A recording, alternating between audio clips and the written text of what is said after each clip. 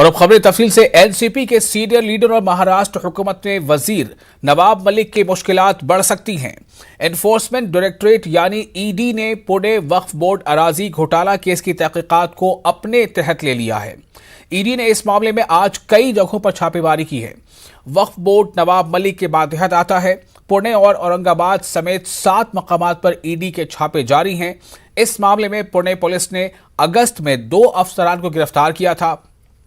इन अफसरान पर ओहदे पर रहते हुए 7 करोड़ 76 लाख रुपए के गबन का इल्जाम था। अब ईडी ने इस मामले की जांच अपने हाथ में ले ली है। वहीं वजीर अक़लियती उमूर नवाब मलिक के मुताबिक ईडी की छापेमारी महाराष्ट्र वक्फ बोर्ड के खिलाफ नहीं है। उन्होंने मजीद कहा कि अगर ईडी का इस्तेमाल करके डराने की कोशिश की जा रही है तो अपोजिशन बहुत बड़े मुगालते में है। वक्फ बोर्ड के कार्यालय पे छापे पड़े हैं। वक्फ बोर्ड के कार्यालय पे छापे नहीं पड़े। जो हमें उड़ती उड़ती खबरें टेलीविज़न के माध्यम से आई हैं कि 7 जगह वक्फ को रिलेटेड कोई लोगों के दफ्तर पे या घरों पे छापे पड़े हैं, ये जानकारी उड़ती उड़ती हमें आई है। जो कार्रवाई हो रही है वो पूना का एक ट्रस्ट है,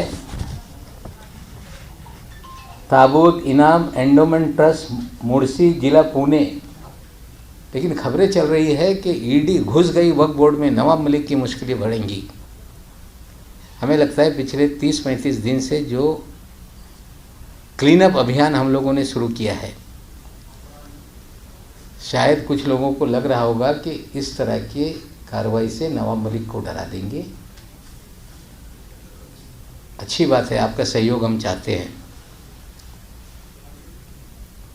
आपको जो भी सहयोग होगा हमारा वक्फ बोर्ड पूरी तरह से करेगा, महाराष्ट्र की सरकार करेगी।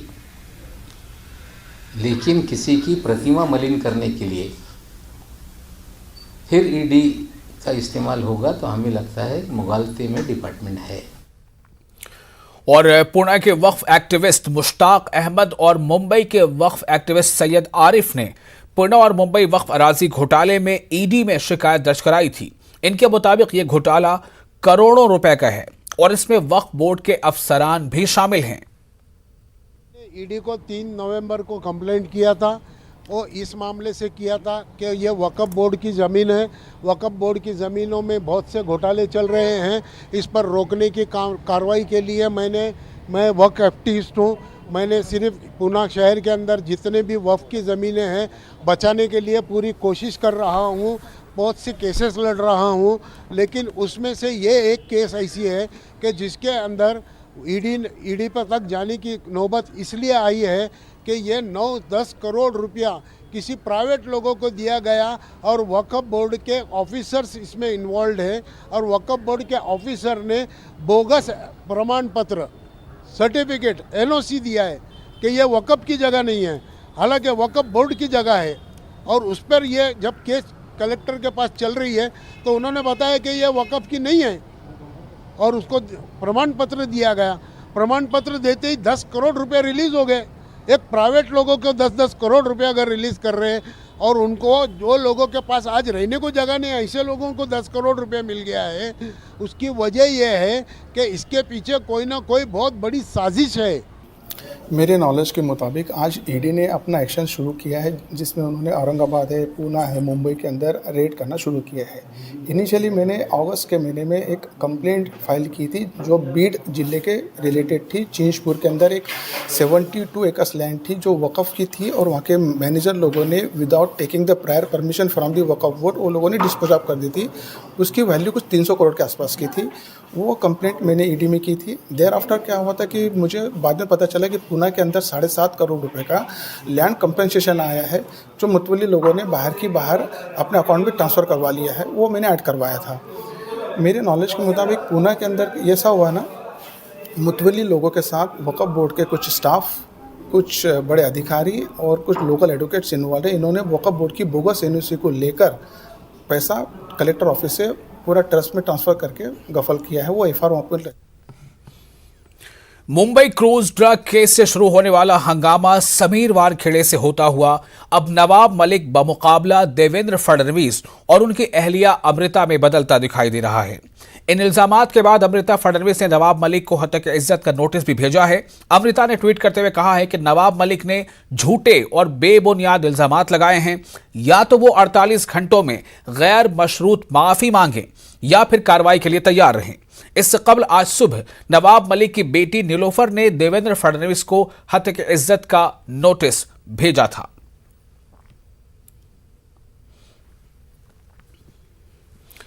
आगे बढ़ते हैं। कुरान की आयात मुकद्दसा पर एतराज के बाद अब वसीम रिजवी ने शान अक़दस में गुस्ताखी की है। वसीम रिजवी के खिलाफ शदीद गम और गुस्से का इजहार किया जा रहा है। मुंबई के इस्लाम जिमखाना में वकला और कानूनी माहिरीन की एक मीटिंग मुनक्किद हुई, जिसमें वसीम रिजवी के खिलाफ कानूनी चाराजोई पर गौर किया गया।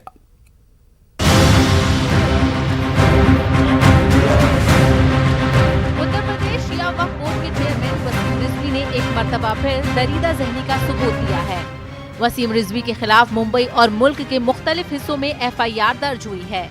इसके बावजूद वसीम रिजवी की गिरफ्तारी नहीं हो पाई है।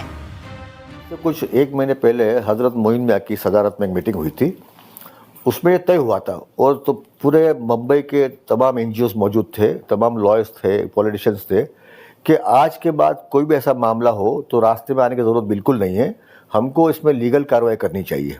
रास्ते पर आकर प्रोटेस्ट करके हंगामा करके हमारी जान खतरे में डालना, उससे बेहतर है कि लीगल कोर्स लेके इनको अरेस्ट कराया जाए। मुंबई के इस्लाम जिमखाना में वकला और कानूनी माहिरीन की एक मीटिंग में वसीम रिजवी के खिलाफ अवामी रद्द-ए-अमल के बजाय कानूनी चाराजोई पर इत्तेफाक हुआ है। वकला का पैनल जल्द ही वसीम रिजवी के खिलाफ बॉम्बे हाई कोर्ट से रजू करेगा। कई डिसीजंस लिए गए हैं। एक डिसीजन तो ये लिया गया है कि गवर्नमेंट को अप्रोच करके इस बुक को प्रोस्क्राइब करने की, यानी उसको बैन करने की हम कोशिश करें। और सारे हिंदुस्तान में 27 जगह से 27 FIRs आर ऑलरेडी फाइल्ड। तो हम ये चाहते हैं कि जो केस रजिस्टर हो, जो FIR रजिस्टर हो 153 1A में भी हो।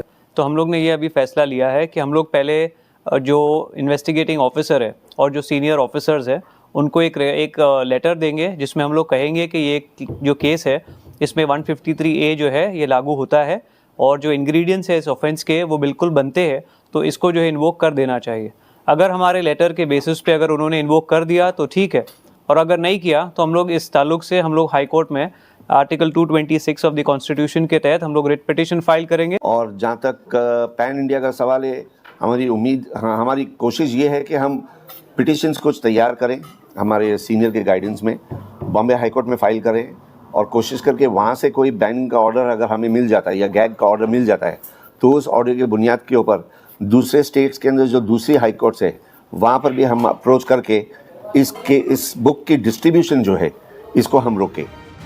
वसीम रिजवी के खिलाफ शिया उलमा ने भी मुंबई में एहतजाज किया है। वसीम रिजवी के खिलाफ UAPA के तहत कार्रवाई का मुतालबा किया जा रहा है।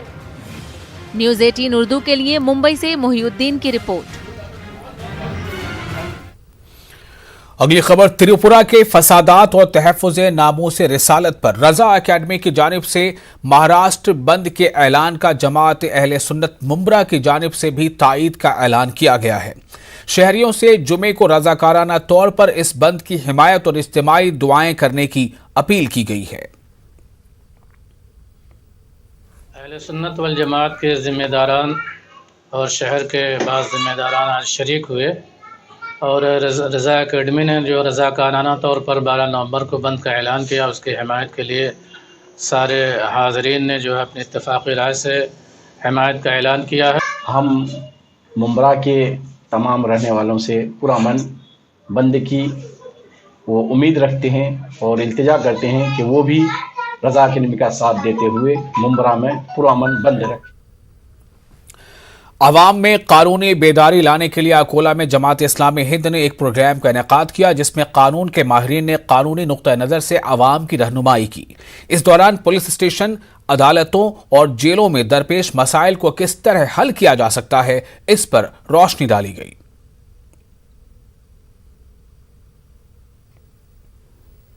आज मौजूदा सूरत हाल जो चल रही है, जिसमें उम्मत मुस्लिमा जो परेशानी का शिकार है, उस परेशानी से निकालने के लिए कुछ अनावीन हमने तय किए थे, जिसमें बुनियादी शहरी हुकूक को उजागर किया गया।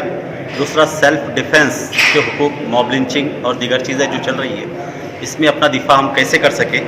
तीसरा ये है कि मजहबी आज़ादी, इफ़्कार व नज़रियात की तबलीग व तशहीर की आज़ादी, मौजूदा तनाजुर में जो दावत का काम किया जा रहा है, इस पर गिरफ्तारियों के जो मामला चल रहे हैं, ऐसे सिचुएशन में जो उम्मत डिप्रेशन में जा रही है, उनको उससे कैसे निकाला जाए। इस वक्त हमारे मुल्क में बाज़ शरपसंद लोग जो कानून की धज्जियाँ उड़ा रहे हैं और लिंचिंग करते हैं, जुल्म सितम करते हैं, और बाज़ लोग कानून से वाकिफ़ नहीं होते हैं।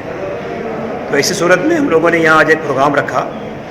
इसमें ख़ास तौर से ये है कि इस मुल्क में बेसिक फंडामेंटल राइट्स क्या है और उन राइट्स को हम लोग कैसे उसकी हिफाजत कर सकते हैं। और सदा फाउंडेशन उदगीर की जानिब से सैरोज़ा तकरीबात जारी हैं। इसी सिलसिले में मुजाहिद आज़ादी टीपू सुल्तान की हयात और खिदमात पर रोशनी डालने के लिए एक खुसूसी लेक्चर सीरीज़ का इनेकाद किया गया, जिसमें शोलापुर से मारूफ तारीख़ना और सल्तनत खुदादाद किताब के मुसन्निफ सरफराज अहमद को बतौर ख़ास मदऊ किया गया। सरफराज अहमद ने अपनी तकरीर में मुजाहिद आज़ादी टीपू सुल्तान के पैदाइश से लेकर वफ़ात तक के हालात बयान किए, इनके कारनामों का जिक्र किया। तारीख़ को तोड़ मरोड़ कर पेश करने की हो रही कोशिशों पर भी इन्होंने तशवीश का इजहार किया। सही तारीख़ से नई नस्ल को वाकिफ़ करवाने के लिए सदा फाउंडेशन की जानिब से मुनक़िद किए गए इस तरह के प्रोग्राम को जगह जगह मुनक़िद करने को भी वक्त की अहम ज़रूरत बताया गया है। प्रोग्राम में NCP रियासती सेक्रेटरी बसवराज पाटिल नागराल ने अपने सदारती तकरीर में कहा कि तारीख़ के वाक़यात में मस्बत बातों को लेते हुए मनफी बातों को नज़रअंदाज करना चाहिए। देखिए, टीपू सुल्तान की तारीख को दोनों तरफ से, मुसलमान भी कुछ हद तक और नॉन मुस्लिम भी, जिन्हें नॉन मुस्लिम नहीं कहना चाहिए, हिंदू हैं और भी दीगर लोग हैं, और कुछ ऑर्गेनाइजेशंस जो हैं वो मजहबी नज़रिए से देख रहे थे। और ऐसे दौर में टीपू सुल्तान की तारीख, जो इंसानी तारीख है, इंसानों के लिए, उनकी ज़िंदगी के खुशहाली के लिए उन्होंने जो कोशिशें की हैं, उन कोशिशों को भुलाया नहीं जाना चाहिए। इसीलिए मैं ये बार बार कहता हूँ कि तारीख के ज़रिए जो गलतफहमियाँ पैदा हुई हैं, वो तारीख को सही मायने में पेश करके ही दूर की जा सकती हैं। मगर कुछ लोगों ने इतिहास में लिखते समय, चाहे वो सावरकर जी हो, चाहे बसवेश्वर जी हो, चाहे टीपू सुल्तान जी हो, शिवाजी महाराज हो, अपना अपना थोड़ा सा देखने का नज़रिया करते हुए अपने हिसाब से कुछ लोगों ने इतिहास में इसको हिंदू मुस्लिम किसी को, अब टीपू सुल्तान या कल जो हमारे सारे जहाँ से अच्छा अल्लामा इकबाल साहब के बारे में, इकबाल साहब के बारे में हम, वो पाकिस्तान में थे क्या, पाकिस्तान में मरे क्या रहे, इसके दो राय कुछ लोग बोलते हैं। मगर उन्होंने जो बोला सारे जहाँ से अच्छा हिंदुस्तान हमारे, ये क्यों भूल जा रहे। तारीख में यानी हिस्ट्री में जो गलत लिखा है उसको थोड़ा छोड़ देना चाहिए और अच्छी बातें सामने रख के अगली पीढ़ी को लेके जाना चाहिए, ऐसा मुझे लगता है। एक ये मैसेज ये है कि हम तालीम को अहमियत देना चाहिए, और हिस्ट्री से हम बहुत ज़्यादा पीछे हैं, वो हिस्ट्री हमको जानना बहुत ज़्यादा ज़रूरी है। हम तालीमी एतबार से बहुत ज़्यादा पिछड़े हुए हैं, तालीम को आगे से आगे बढ़ाना चाहिए। महाराष्ट्र स्टेट रोड ट्रांसपोर्ट के ड्राइवर और कंडक्टर्स की हड़ताल पिछले चंद दिनों से जारी है। इस हड़ताल में मुजाहिरीन पर रियासती सरकार ने मुअत्तली करने की कार्रवाई शुरू कर दी है। वहीं दूसरी तरफ 39 से ज्यादा ST बस मुलाजमीन ने खुदकुशी कर ली है। आज से इस एहतजाज में शिद्दत पैदा करने और हुकूमत की मजम्मत में मालेगांव शहर के ST बस मुलाजमीन ने अपने सर मंडवाए। सैकड़ों ST महामंडल मुलाजमीन ने अपने सर को मुंडवाकर सरकार की पॉलिसियों से तंग आकर खुदकुशी करने वाले ST बस मुलाजमीन को खिराज अकीदत पेश किया।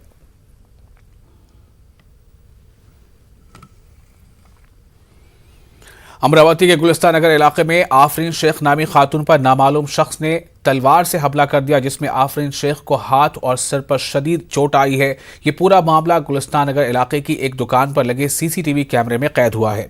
CCTV फुटेज की बुनियाद पर नागपुरी गेट पुलिस मुलजिम की तलाश में जुटी है। वहीं जख्मी खातून आफरीन शेख का इलाज शहर के निजी अस्पताल में चल रहा है।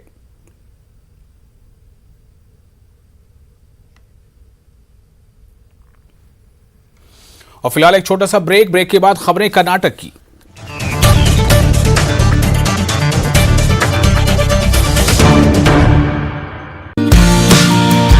निश्चित तौर पर आपके इस मुहिम के साथ जुड़ने की जरूरत है।